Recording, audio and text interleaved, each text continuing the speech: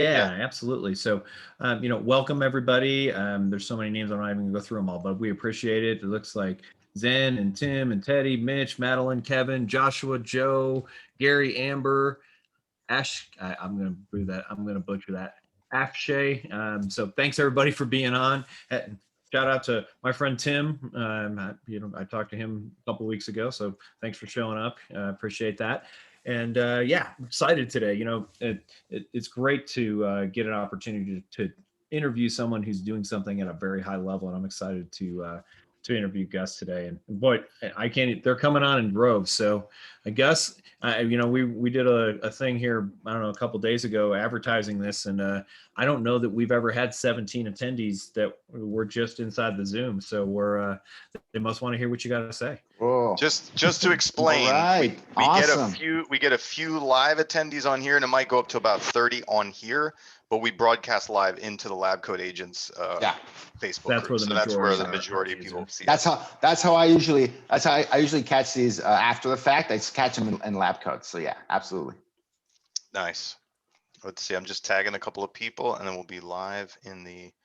This is the thing. I wish that the going live thing was just way faster. Do you know what I mean?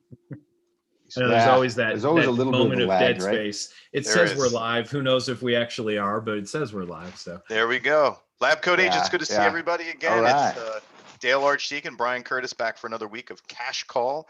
And Brian and I have an esteemed guest here. We're very lucky to get him. He's a very busy man. Gustavo Munoz from Power ISA. And he's here today to share some of his secret sauce on how he has built an amazing done-for-you ISA company. And maybe we should clarify what done for you versus what in-house is, or how I've made up my own terminology for it, but which should be done for you versus in-house. So what we're talking about is a company that hires, manages, trains, and leads ISAs for you. And there'll be different configurations of those where you may have one dedicated ISA that's working for your account for you specifically, or you may have multiple ISAs from that same company that are working for you, versus someone, an agent or team leader, hiring your own ISA that works for you full or part-time that you manage without anyone else's assistance.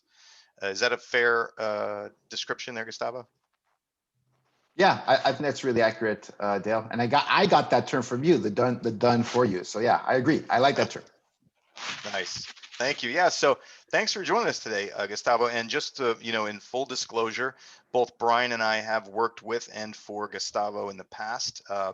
My company has done training for his ISAs. Gustavo and I have consulted back and forth as I've seen him grow his company from a really small one to one of the industry leading done for you ISA companies to this point. And so definitely honored to have you here, because I know that you have a huge depth of experience that you can share with everybody. Yeah, awesome. Yeah, thanks so much. 100%. I've always had a great experience with you, Dale. Conversion, the one-on-one stuff, even your team of coaches. I've worked with multiple coaches from your organization. Can't say enough good stuff. Still use you right now because it's been so valuable. So love that part. It's big. So you're asking about how do you scale a huge organization? You got to have a coach. I mean, that's one of my recommendations. You're not going to know it all. You don't have time to do it all. I think coaching has been a huge part of me being able to scale my team from a couple. I forget how many ISAs I had when we started, Dale. It must have been maybe a dozen or two. And that was already busting at the seams at 10 ISAs, 20 ISAs. It was hard. And now we're at 100, right? So it's like, okay. So there's some things you have to fix. How many ISAs do you have right now? 98 ISAs in the organization. So 98 person team. That is a big organization. I'm going to let Brian jump in with a couple of questions before I hog all the airtime. No, you're fine. I'm going to bring this down to the basic level. So I'm going to go out on a limb and say the majority of the people watching our show are excited to hear a little bit about how you built that. But at the end of the day, most people aren't going to build a 98 person organization. And honestly, most of them don't even want to. So let's bring it down to a little bit, so here I am, I'm an agent. I'm either a single agent or I've got a team, and I've got a decision to make. I continue to do all my own lead generation. I can do what Dale said. I can hire an in-house person, or I can outsource to you. So I'm going to let you coach the audience here for a second, Gus. Tell us why it makes sense, for someone who's a small team or an individual agent, why it makes sense and what's the benefit of working with someone like you who's going to actually done for you, if you will. Basically, it's plug and play. So tell us what that looks like and tell us why that makes sense. Yeah, absolutely. And I would even, so Brian, that's a great question. I would even throw another option out there, right? Because in-house has traditionally meant, a team member, someone's going into your office, sitting in the room with you, hopefully making calls with you as a business owner, helping you with those calls and that follow-up. I think nowadays you've got the option of having them in-house and the option of having a virtual, right? Virtual, yes. In-house teammates. I think, that has always existed, but I think now, even more so. So you have the option of having someone truly in-house, like in the room with you, having someone virtual join your team, and then having like a done-for-you solution, like the kind that Power I say, does for folks, right? So I think the true in-person in-house versus or virtual in-house can be a great option. I'm not saying no. That's how I started, my experience with ISAs. It's a great strategy to do because ISA is such a valuable role. It's a lead conversion, lead generation, or lead conversion role. And that's key to any organization. As an individual agent, once you have an assistant helping you on the administrative side, your next hires are going to be in the lead generation and lead conversion space. That's where they should be, right? So you want, as you adding leverage to your team, it's a great role to jump in and really help you maximize, the opportunities you have by either bringing more leads into your database or helping you convert the leads that you're already generating. So that's an amazing thing to do, regardless. Whether you want to have someone do it done for you or whether you want to do it yourself, for me, depends on a couple of different things, right? One, your willingness to go through that hiring, training, onboarding, and ongoing management process. Your willingness, the time you have and the experience you have, you want to do it. Because I have folks that come and talk to me and go, hey, Gus, they ask me, hey, should I hire you guys or should I hire in-house? I go, well, a better question is, have you ever hired anyone on your team? Right? You want to go through that process. That's something you're comfortable with. That's something you want to do. And usually the answer to that is pretty quick, right? Like, you know what? If I can get someone from you and just get that rolling, then let's do that, right? Because they understand that their time is better spent somewhere else than going through candidates, interviewing, hiring, training, firing because it didn't work out, bringing in the next person, so on and so forth. That is really a question for the agent and going, what's the most effective use of your time, right? Is it bringing an ISA in or having an ISA join your team that has a lot of those problems already solved? So it's really about where you want to put that time, because your time is your most valuable resource, right? Where do you want to put that time? Yeah. Is it going to be going through applications and interviewing people and figuring out who's good and who's bad or not, right? And right now in this moment, as business owners, as real estate agents, as business owners, we have the option of true in-house talent, which we have to recruit within our geographic area. We have the option of recruiting anyone in the country, right? And I'll even go further, anyone in the world, because there's a lot of talent out there willing to work remotely, and much more so than at any point that I've ever seen. That's a possibility right now. So that question gets even more interesting now. Okay, well, do you want to recruit an ISA from your hometown, from your region, from your state, from the entire country, from the entire world? It just makes the process a little bit more complicated, but I think more and more people are open to a virtual option than ever before. Yeah, and it's interesting. Oh, go ahead, Brian. Oh, by the way, Gustavo, your mic is like scratching on your shirt. So is it really? Oh, my bad, man. Just a little bit. So it's yeah. Gustavo's. I might get animated. I'm like rocking around. I know. Same way, man. So here's a quick question for you, because I appreciate you answering these questions, because obviously it's best for you if everyone goes, hey, let's just work with Gus. That's ideal for Gus, but that's not what he's doing today. He's going to answer our questions honestly, and I've got no doubt about that. We didn't even prime him to that. I've got no doubt about that. But this is something that's interesting, and I want people to consider this, because I've done both. I've got outsourced and in-source or in-house or whatever you want to call it. If you hire 10 people, 6 months later, how many of those people are still in your organization? Ballpark. For me, like within my team?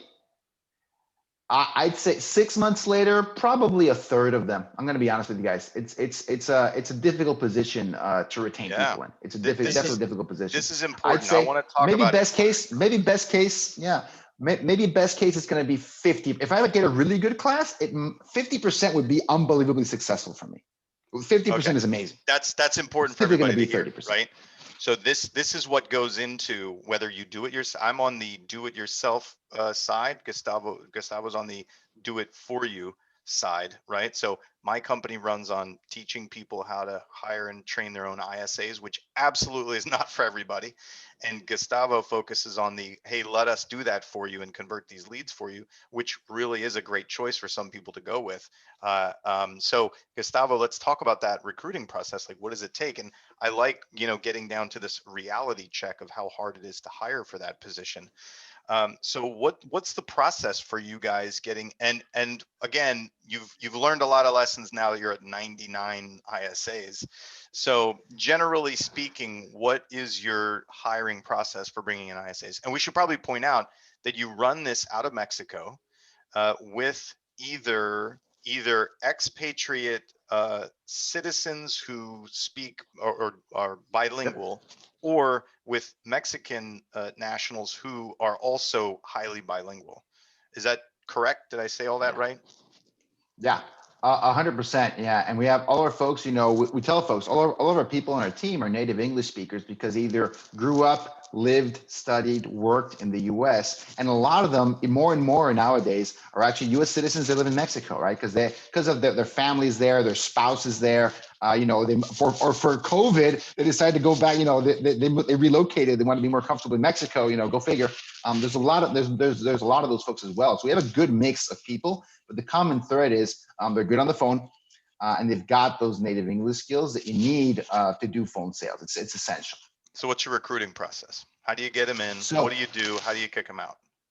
So we use a bunch of different ways to get people in. Sourcing candidates is always going to be an interesting challenge, regardless of where they're at. But I think number one, it's not that different from the States. Sites like Indeed.com, like those job search websites, we're always publishing our latest stuff on there. And also Facebook is a huge way that we get candidates through the door, whether it's Facebook groups, Facebook ads, and Indeed.com, right? You want to make sure. So the biggest challenge to getting good ISAs, not just getting anyone through the door, getting good ISAs, is having enough candidates from where you can pick the good ones, right? It's very rare that if you're not interviewing, so we have this. I'm an engineer, so I'm going to put a lot of numbers out there, but this is the proportion that I like to share with folks. 100 applications, and this is my case. This is Mexico. It might be different in your specific area. For me, recruiting at this point, I recruit all over the country. Any part of Mexico, any part, and even some parts of Central America. 100 applications can give me 10 qualified candidates. 100 applications, and I don't think that's different from the States in that range. 100 applications, people just inquiring, it's going to be 10 qualified candidates, right? And if you don't talk to 10 qualified candidates, Dale, it's really hard to get one or two solid people. It's really difficult to do. So my team kind of knows that proportion. They know how many people they have to get through to get 1 to 2 solid hires at the end of the day. That's very and so I'm always, it's not too different. It's hard to find good people that are motivated, that want to do that kind of work, and they're willing to do the job. So if you're only interviewing 1 or 2 people or 3 people, and you think you have to pick one out of the 3, you're going to lose. It's not going to work. It's not going to, your chances of success are really, really low, really, really low. So my number one thing is source enough candidates, right? And if you're not getting enough candidates, you have a bad offer. Improve your offer. Or whether that's salary plus bonus, whatever it is, or open it up to virtual. Like if you're going to do US based, that's great. Open it up to the whole country. Like find, these people that are everywhere. People are looking for opportunities right now. They like opportunities that are remote. Even more so outside the U.S. If you think this is a big thing in the U.S., outside the U.S., it's even a bigger market as well. So definitely look into those areas. So sourcing enough candidates so you can pick the best. Here's another thing that's, again, I've learned this through trial and error. The interview process. I mean, it's useful for some things. And it's really not that useful for other things, right? There's only so many things you can get out of the interview process. An interview process is great at assessing skills. All right, do you sound good on the phone? For us, what's your level of English? Are you pleasant to talk to, pleasant to work with? You come off as a friendly person, kind person. So you kind of want to put them in some situations where that comes out. What we found that the interview process is not great at, your values. Very difficult to tell someone, are you an honest person? Are you a hardworking person from an interview? Next to impossible. Your work ethic. Are you going to get in there on time? Are you going to work the whole shift? Are you going to do all the tasks the way we asked you, right? Really hard to figure that out in an interview setting. It's just hard. We don't even try to assume that that's correct. So someone we interview, they have the skills we want, right? That's a give. Okay, we got them. And we make them an offer. That offer is conditional on them showing us they have the values and the work ethic. I mean, I think that's that was a big aha for me. And Dale, I don't know if I stole that from you or not. Maybe it did. But, just understanding that you got to put these people through that trial period of, can you do the job, right? Not just I know you're talented, you have the skills, got that. Do you have the other part of the job, which is 50% of the work, which is, are you going to do the job in an honest, responsible, professional way? And are you going to put in the hard work that you need? Oh, the third one, I missed one, grit. Right? And I know you love talking about grit, Dale. So grit, if you find a way to interview for grit, I want to know, or Dale, because and you can do this with role plays. I mean, there's ways to kind of tease it out of people, but I mean, day in and day out, we find that getting them on the phone is the way you're going to find out if they have grit, if they have values, and if they have that work ethic that you need to be successful in the job. We have found no other way than getting them in the room and calling. Tell people what you mean. Tell me what you mean by grit. For everybody. Yeah, so grit.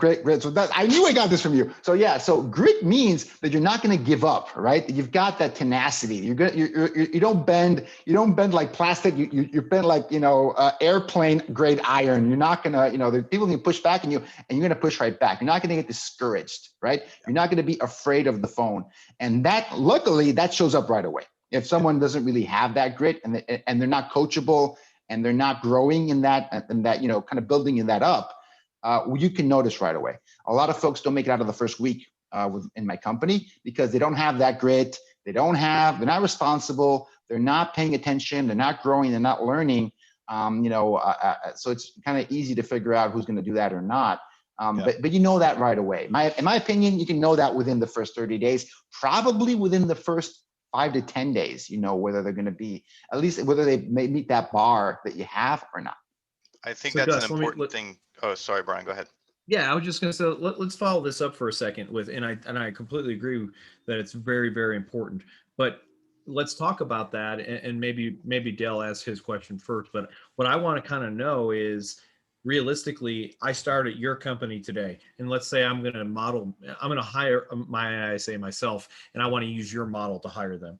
So I interview 10 people to get one person, or maybe I interview 20 people to get one person. So the first thing I heard was interview a lot of people, and it's pretty easy to get those people. And we know that. Indeed, Facebook, I guarantee you run an ad right now and you probably have more people than you want to deal with. So I've got that part of the process. 100%. Once I pick somebody, realistically, before they make their first phone call to a real live lead, how many hours of training do they have? Because I've seen people do this. Like, I hired an ISA, I trained them for an hour, and they're not very good. I don't understand. So, and I'm being a little facetious, but only a little. So, realistically, how many hours am I training them with? How much time are you listening to them make phone calls before you set them free on my account, if you will?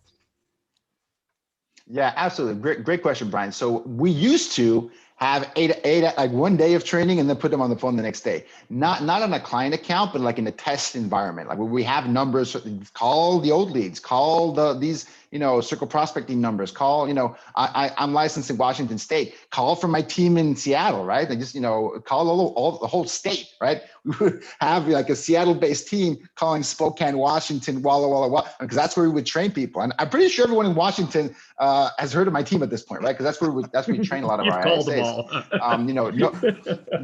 Multiple times. If you're not on the DNC in Washington, I absolutely know who we are, because we call you every month. So I mean, that's the way to do it. Now, you know, my team now people help me do this, right? Because we have a large team now.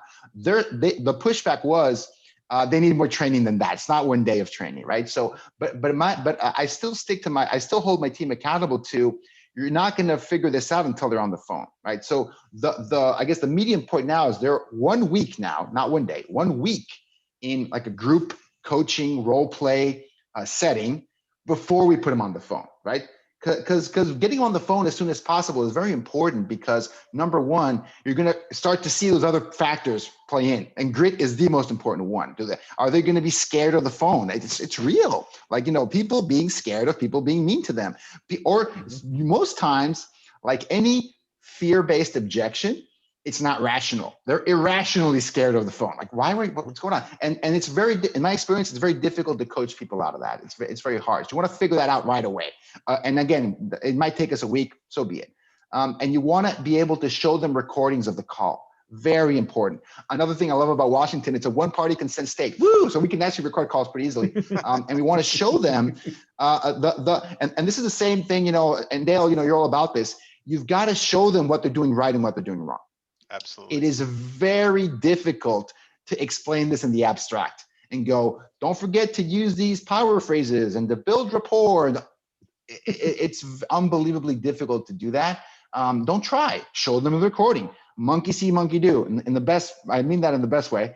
You know, show them this. Hey, you did a good job there. You didn't do a good job there. Change that, please. And then the next week, hey, Bob, you know, you didn't change that. Why didn't you change? You're still making the same mistake. I need to see some improvement here because that's what we need. Because in 30 days, we got to figure out whether they're going to be on a client's campaign or not, right? So we give them a month to figure it out. That's a question that I have. In that training period, do you drop people? Are you like, listen, 100%. We've tried role playing. We've tried this with you. You're not picking it up, or you've demonstrated you have a crappy attitude, or you don't have grit, right? Or what? Obviously, the people who show up drunk or don't show up at all, that's an obvious. But if somebody appears, you know, like they're trying, but you know, in the real world, we have the metric of, did you get an appointment? Did it turn into a contract? Did it turn into a closing or not? Right? That's pretty black and white. But in your training, are you able to drop somebody out during that 30 days? 100%. So we have and we measure this pretty closely. About 50% of those people in at every training class are not going to make it. About 50%. And that's and sometimes it's great. Mostly it's they're not coachable. That's mostly the issue where, you know, they're just not showing improvement and they're not taking the feedback and they're not implementing it and they're not showing that they can learn and pick up the skills that they need. I'd say that's the majority of them. And again, that's not that easy to tell off the bat. It's because people can be very agreeable. Oh, awesome. I'll absolutely do that 100%. And they're not making the adjustment. It's hard for them to do it. Or they don't do it, right? They don't do it at 100%. So I'd say that's probably the number one thing. So yeah, and you know, and we have assessments too. We have tests. I'm not a super expert in the tests, to be honest with you. I didn't make that part, but my team said we got to make sure that they understand the knowledge. And this is about people that are not familiar with real estate. What's a short sale? What's underwater? So you know, making sure they understand these terms. So I'm not a super expert in what we do to measure that. To be honest with you, I didn't put that in place. But they make an assessment. They go, are you even paying attention to what we talked about last week? Are you even paying attention to what we talked about yesterday? So they have to have a certain score in a written assessment. Well, you know, online assessment that they can do it. They can pay attention. They learn the terms. They learn the lingo. That's fancy. Yeah, but for me, that's not a super important part of the process. I always think that's the most teachable part. If they're coachable, if they're a learning based person, they'll figure that part out. The hardest part is really just being good on the phone and being coachable to be great on the phone. Got it. That's great. That makes a lot of sense. All right. So Gustavo, what have you learned about training people, taking them off the street, teaching them how to do this that you think you could impart to our listening audience? Because what we probably have, as Brian pointed out, are mostly agents, either solo agents right now, or maybe people with a small team who may be considering either picking up an ISA of their own through a done-for-you company, or even jumping into the, can I hire this myself? Yeah, so well, we've talked about a key part is that hiring and training process, understand what that's about and how to do it successfully. That's number one. But if I go like higher level, when talking to individual agents or even the small teams, the biggest factor, other than getting the right person, that's a huge factor, other than getting the right person, another factor of success is, and this is going to sound really dumb, but this is 100% true, you need to understand what your ISA is going to do on your team. That has to be very clear, right? Because when there's ambiguity as to what their activities should be, what the priority of those activities are, and what the expected result of those activities is, you're not going to be, you can have the best ISA ever, and you're going to feel that they're failing, even though they're probably not, they're not doing a bad job at all, right? Are you saying it's not enough for our listeners to be like, you know what, I'm going to hire an ISA. I have a bunch of leads or a database of people I think they can call, and I want them to make appointments for me. Is that good enough for their expectation, or does it need to be more than that? They're leaving it a chance, right? Like, oh yeah, I think I have enough stuff. I think I know what I want them to do. I think I want them to do a little bit of this, a little bit of that, a little bit of everything, Gus. Let's just You've never heard that. I'm sure you've never heard that scenario before. It's very uncommon that people so with that. More common than not, more common than not. So, but that's why it's such a huge part of, having a successful ISA campaign, that as part of our process now, you have to go through a process of, do you even know what you're doing, right? Do you even know how an ISA fits on your team? And sometimes, Dale, that's a 5-minute conversation. Yes, I have in-house ISAs. I have virtual ISAs. They're plugging into a machine. End of story. You know what you're doing. You know what great, perfect. But sometimes it's not, right? This is a new process for them. How does an ISA best fit into the business? Because sometimes you have agents and teams they come in and say, yeah, I want 2 appointments a day because I heard ISAs can do 2 appointments a day. Great. What do you want them to do? I want them to get 2 appointments a day. Gus, are you not listening? Oh yeah, I get that. But what's your plan to get them there? Well, that's why I want your guys' help. Okay, great. That's good. So you have no idea. Excellent. That's a great starting point. This is how we suggest you can get to 2 appointments a day and build up to 2 appointments a day. 2 appointments a day, right, as a goal means you have lead sources that are converting at a very high level. Right? You're either doing cold calling, prospecting for months to build up to 2. I don't even know how many cold calls you have to do 2 appointments a day, because I don't have any cold callers doing 2 appointments a day right now, right? I don't have any of them because most of them are doing circle prospecting. That is not a 2 appointment a day activity. Nurture. Not typical. It's all about a nurture game. It's moving the ball forward and filling your pipeline with circle prospect, like true cold call. So if you're talking about 2 appointments a day, I hope people are not thinking, yeah, let me call the neighborhood and get 2 listing appointments a day. It's not a realistic expectation by any means. Typically, when folks want 2 appointments a day, they're talking about new, fresh inbound internet leads, right? And typically high intent internet leads, like a Zillow, like a Realtor.com, like some of these folks that have intent, that want to look at homes. Yes, you can convert those at a 30, 40, even a 50% rate into an appointment, either an in-person appointment or at least a virtual or a phone appointment. Yes, that is a realistic expectation. So we have to put people in the right place, but yeah, we have conversations like that. We're like, hey, yeah, the goal is 2 appointments a day. Give me an ISA, and this guy is doing it. And they can be, just misinformed. They're not really sure kind of what the goal is or how to even get to that goal. So, and you're smiling, Doug, because I know you have conversations like this all the time. You want to put people, in the right, set the right expectation. Expectation is the name of the game, right? Yeah. Because, and I remember this very clearly. Someone asked me, hey, Gus, I need your help. They saw me on somewhere. Hey, can you talk to my ISA? They're just not performing. They're not doing a great job. And I talked to the ISA and like, yeah, I'm only getting like 1 to 2 appointments a week, and my team wants me to do 1 a day, and I can't figure it out. I'm like, well, what are you calling? And they were doing circle prospect. This was years ago. This is not right now. This is harder to do now. But they were doing circle and getting 1 to 2 listing appointments a week. And I'm like, and I talked to the team. This guy's doing amazing, right? I'll take 10 of those ISAs. This guy is not. This is not an underperforming ISA, right? They were getting 4, 5, 6 nurtures a day, and they were able to get people to meet with them on a regular basis. And I'm like, this guy's doing an amazing job. You're totally, just in the wrong expectation. You're expecting the wrong thing. So, and I remember, I think it was in my area, Ben Kinney, if you guys know, a mega agent out of the Northwest, would say his ISAs would get 2 appointments a day. Well, I'm sure they would, but it was doing a certain set of activities. I'm running radio really, really ads. high I'm conversion. running TV ads. I'm buying all of the internet leads. All these things. Yeah. Absolutely, absolutely. So yeah, sure. But just be aware that the goal has to match your lead source and the person you have in the chair. 100%. Yeah, absolutely. Brian, I asked a bunch of questions. I know we're at 3:30. We're at 30. You know, we're out of time basically. Do you want to interject another question, or should we have Gustavo tell everybody where they can find him and where they can get more information about his company or advice? I'm going to say something. Here's what I'm going to say before Gustavo says his thing. Guys, there's multiple ways to do this, but I can tell you this.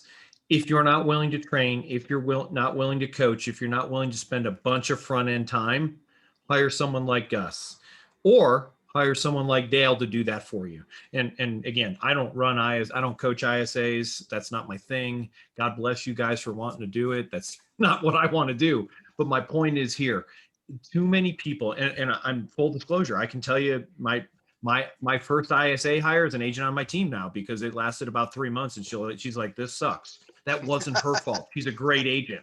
It was my fault. I threw her in the fire. I listened to her make like 30 phone calls and go, so if you're not willing to do that, either hire Gus or hire Dale.